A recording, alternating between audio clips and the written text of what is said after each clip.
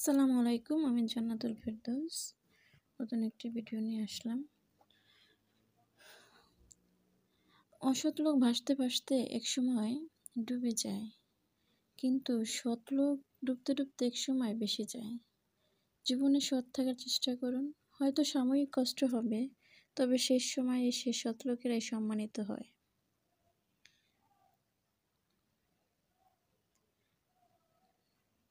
টপিকটা ছিল এটাই। আর আমি এখানে একটা আয়োজন করতেছিলাম খিচুড়ি ভর্তা খিচুড়ির। তো এখানে আমি 4 পদে ভর্তা করে নিয়েছি, একটু সাজিয়ে নিচ্ছি একটু আমার মতো করে। এখানে ভর্তাটা ছিল ফুলকপি, ধনিয়া পাতা, ডিম আর টমেটো। আর আসলে ভর্তা খিচুড়ি সবারই পছন্দ। আমরা যখন ইচ্ছা তখনই করে খেতে পারি। আমরা সবাই জানি কীভাবে করতে হয়।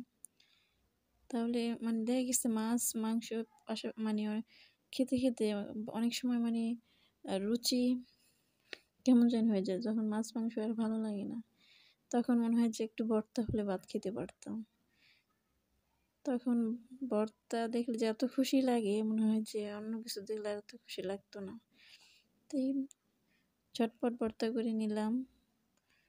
আমার খিচুড়ি ভর্তাও রেডি হয়ে গেল। খাওয়ার পালা, খেয়ে নিব।